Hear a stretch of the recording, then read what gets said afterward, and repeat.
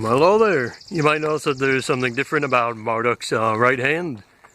What I'm going to be doing is I'm going to be rolling back some of the changes I made, simplifying things from the more complicated, hand, something a little more simpler, a little more robust and easier to replace.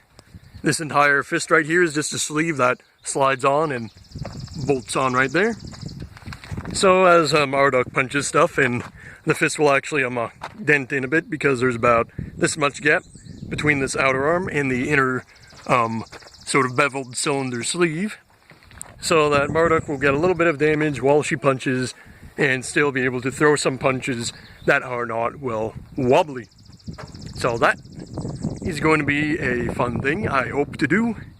I've got this fist already sleeved on, and I'm just letting the paint dry for a bit, and I'm going to be working on putting the other sleeve on right here.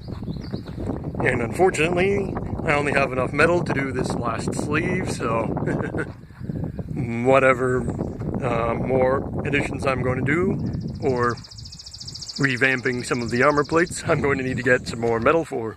So, I guess I'll see you in a sec when I've got the metal fist sleeve fitted onto this arm. There we go. The left fisty thingy is on. You notice it's slightly longer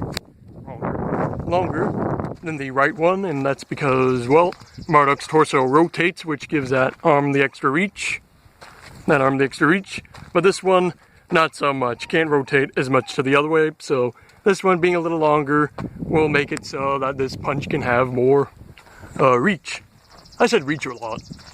But I'll be putting the finger nubbins on there once that paint dries, but that will probably be in another video. So, if you do enjoy my content, be sure to like and subscribe, and give your mech some punchy fists today.